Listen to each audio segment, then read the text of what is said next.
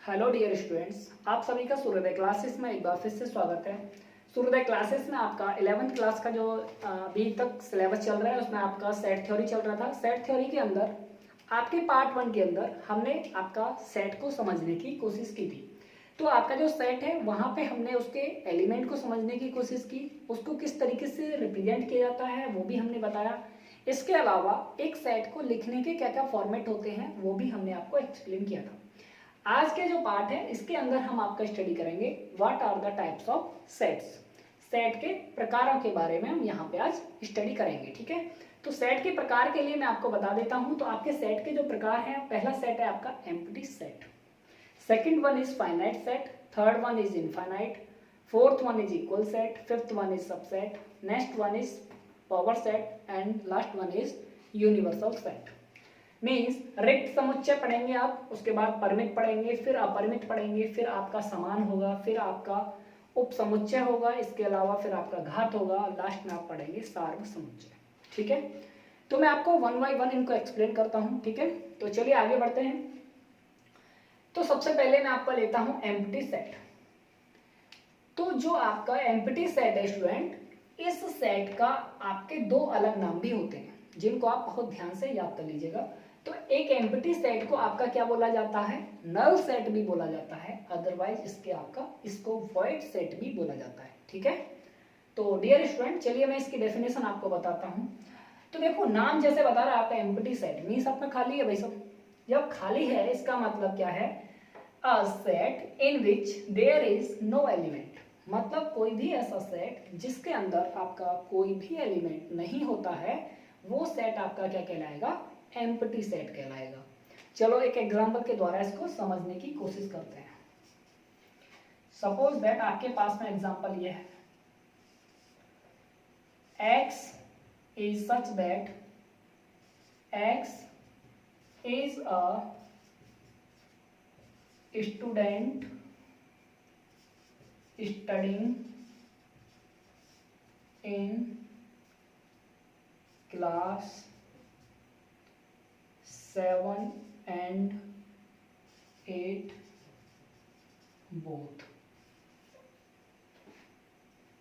तो इसका मतलब क्या है, इस सेट के अंदर वे स्टूडेंट आएंगे, those student who are studying in 7th and 8th both. तो आप एक बात भली भांति जानते हैं कि ऐसा कोई भी स्टूडेंट कभी नहीं होता है कि जो एक साथ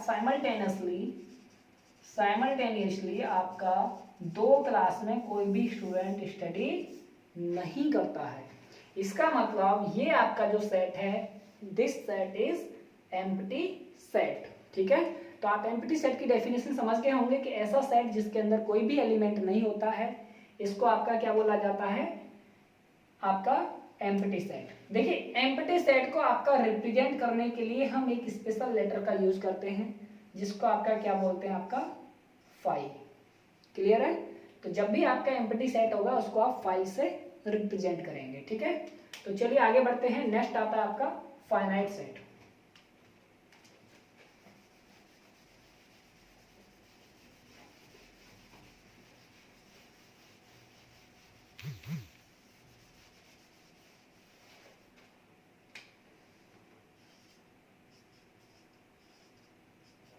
फाइनाइट सेट। तो डियर स्टूडेंट, फाइनाइट सेट को आप समझने की कोशिश करेंगे। देखिए, जैसे कि आपका नाम बता रहा है आपको फाइनाइट। फाइनाइट मींस कोई भी चीज क्या हो गई है, आपकी फिक्स हो गई है, किसमें, नंबर्स में। तो इसका मतलब क्या है, फाइनाइट है। देखिए यहाँ पे आपका फाइनाइट क्या होगा, यहाँ पे होंगे आपके finite number of elements, number of elements. तो सेट के अंदर मेन चीज है आपका एलिमेंट्स, ठीक है। तो एलिमेंट्स जो होते हैं किसी भी सेट के अंदर क्या होने चाहिए, नंबर ऑफ एलिमेंट फिक्स हो जाए। तो देखिए, फाइनाइट सेट के लिए क्या लिखेंगे हम, इसका मतलब क्या है, a set is known as a finite set if it has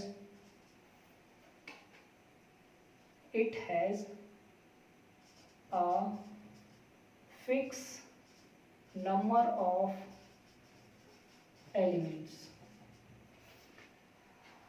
और फिक्स ना बोल के इसको आप और स्पेसिफिकली कर सकते हैं, the set whose elements can be counted, जिसके एलिमेंट क्या हो जाए आपके काउंटेबल एलिमेंट्स हो, उस तरीके का जो सेट होता है उसको क्या बोलते हैं आपका finite set. Means number of element क्या है आपके यहाँ पे फिक्स हो रहे हैं, मतलब आपका काउंटेबल है आपके एलिमेंट्स। ठीक है, तो चलिए एग्जांपल के द्वारा इसको समझने की कोशिश करते हैं। a is equal to 1 3 5 7 9 11। तो आप यहां पे देख पा रहे होंगे this is a set which contains odd numbers less than और इक्वल टू लेस देन 13। इसका मतलब क्या है, ये एक ऐसा सेट है जिसके अंदर आपके जो एलिमेंट्स हैं ऑड हैं, ऑड नंबर हैं आपके। ऑड नंबर में कौन से हैं आपके 1 3 5 7 9 एंड 11। इसका मतलब यहाँ पे नंबर ऑफ एलिमेंट आपके क्या हैं फिक्स हैं। कितने एलिमेंट है भाई यहाँ पे आपके 6 एलिमेंट है, मतलब आप काउंट कर पा रहे हैं इसके एलिमेंट को। ठीक है, इसका मतलब फाइनाइट सेट के एलिमेंट को आप काउंट कर सकते हैं। नेक्स्ट आता है आपका इनफाइनाइट सेट। नेक्स्ट क्या आपका इनफाइनाइट, तो इसमें थोड़ा सा चेंज कर देंगे आपका इनफाइनाइट सेट। इनफाइनाइट सेट में क्या हो जाएगा आपका, ये आपके होते हैं अनलिमिटेड, अनलिमिटेड कह सकते हैं वोडाफोन की तरह और आइडिया के जो भी पैकेज में। चलिए आइए, इनफाइनाइट सेट में क्या होगा, a set is known as a infinite set if it has, if it do not have fixed number of elements, do not have fixed number of element। अगर किसी भी सेट के अंदर आपका नंबर ऑफ एलिमेंट फिक्स नहीं है, इसका मतलब आपके नंबर ऑफ एलिमेंट्स बहुत ज्यादा हैं, मतलब जिन्हें आप काउंट नहीं कर पा रहे हैं, तो वो आपका सेट क्या कहलाएगा, आपका इनफाइनाइट सेट हो जाएगा। ठीक है, तो चलिए मैं आपका इनफाइनाइट सेट के लिए एक एग्जांपल दे देता हूं।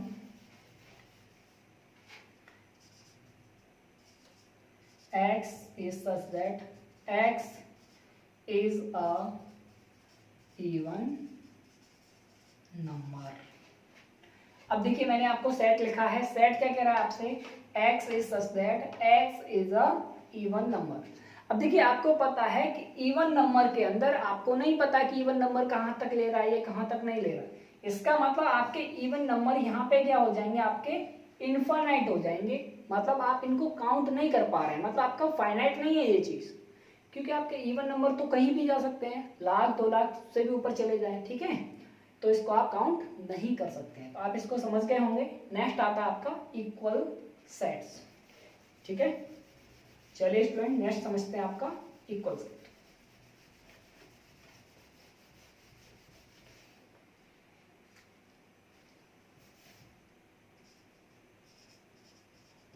इक्वल सेट्स, देखिए नाम जैसे आपको बता रहा है इक्वल है। इक्वल क्या होता है, हमेशा इक्वल जब आपका मेजर किया जाता है वो दो चीजों के बीच में मेजर किया जाएगा। तो यहां पे क्या हो जाएगा, आपके दो सेट होंगे, 2 sets are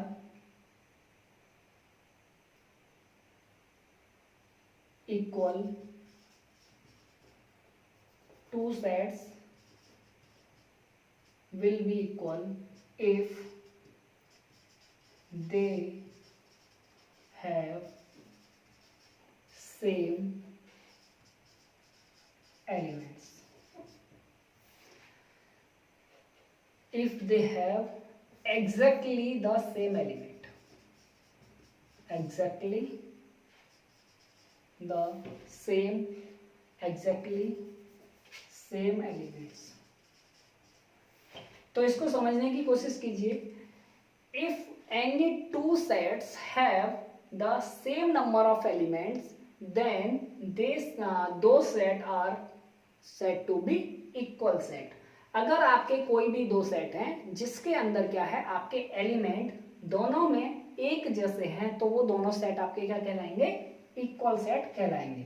तो इसको एग्जांपल के तौर पर समझने की कोशिश करते हैं। सपोज दैट एक सेट है आपका ए, इसमें आपने लिया 2 3 4 5 6।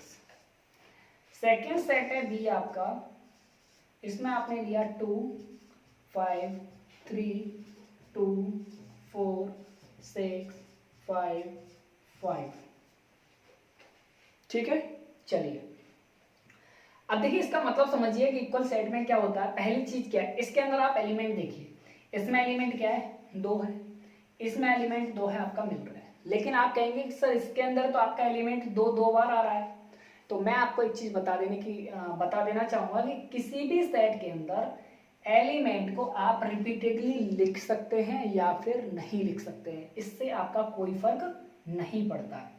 मतलब ये है कि अगर आपका एलिमेंट 2 बार आ रहा है तो आप उस एलिमेंट को 1 बार ही लिखें। ठीक है, तो यहाँ पे 2 बार एलिमेंट आ रहा है, इसका मतलब आपका कोई फर्क नहीं पड़ेगा।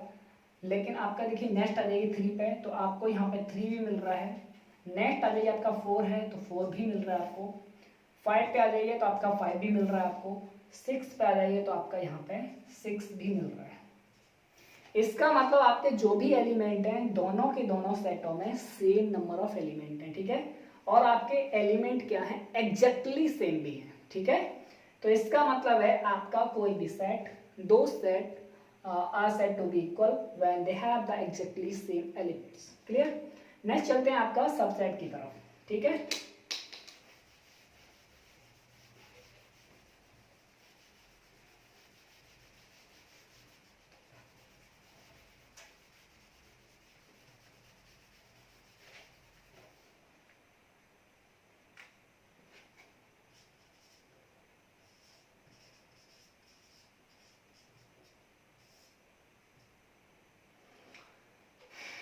देखिए स्टूडेंट यहाँ पे आप नाम को पहले समझने की कोशिश कीजिए। नाम कह रहा है आपका सबसेट।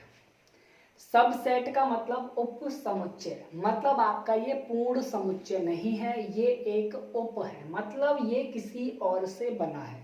जिस तरीके से आप समझ सकते हैं, जैसे आपके प्रधानमंत्री होते हैं इसी प्रकार से आपके उप प्रधानमंत्री होते हैं, राष्ट्रपति होते हैं, उपराष्ट्रपति होते हैं।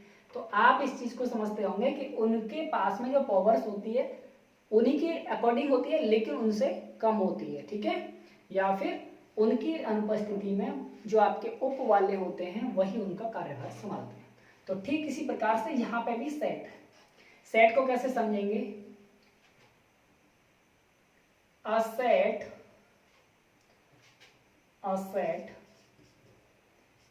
A is said to be the subset of set B if it has some or all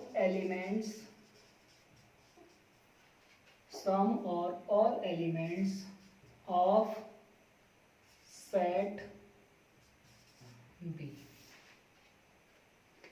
यदि किसी आपका कोई भी सेट ए इस तरीके से है कि उसके जो भी एलिमेंट हैं वो सारे के सारे एलिमेंट या फिर कुछ एलिमेंट बी के लेके बनाए जा रहा है आपका सेट ए, तो आपका सेट ए सेट बी का सबसेट कहलाएगा। ठीक है, इसका मतलब क्या है, अगर आपके पास में सेट ए है और एक सेट है आपका बी, लेकिन आपका जो सेट ए है वो आपका सेट बी से बनाया गया है। किस तरीके से बनाया गया, या तो इसके ऑल एलिमेंट को ले लीजिए आप, या फिर इसके कुछ एलिमेंट को ले लीजिए। ठीक है, तो इस तरीके से जब आपका कोई सेट बनाया जाएगा तो वो आपका जो सेट होगा वो क्या कहलाएगा, आपका इस सेट का सबसेट कहलाएगा। इसका मतलब है ए आपका सबसेट कब कहलाएगा बी का, कि जब आप बी के कुछ एलिमेंट को लेके या फिर बी के सभी एलिमेंट को लेके आप क्या बनाए, एक सेट, तो वो सेट आपका क्या कहलाएगा, दिए गए सेट का सबसेट कहलाएगा। ठीक है, तो चलिए देखिए इसको आप समझने की कोशिश कीजिए। तो देखिए सबसेट के लिए आपका जो सिंबल है वो है आपका ये, ठीक है, ये आपका सबसेट का सिंबल है, ठीक। That means A is subset of B, ठीक। एग्जाम्पल के द्वारा समझने की कोशिश कीजिए। सपोज दैट आपके पास में बी एक सेट है इस तरीके से 1 2 3 4 5 6। आपने क्या किया, एक सेट बनाया आपने सी इस तरीके से 1 2 3। डी आपने एक सेट और बनाया है 2 4 6, ठीक है। तो आप देखेंगे सेट सी के अंदर जो एलिमेंट हैं वो आपके सेट बी से लिए गए एलिमेंट ही हैं। इसका मतलब ये जितने भी एलिमेंट हैं ये सारे के सारे सेट बी के अंदर भी हैं। That means C is subset of B.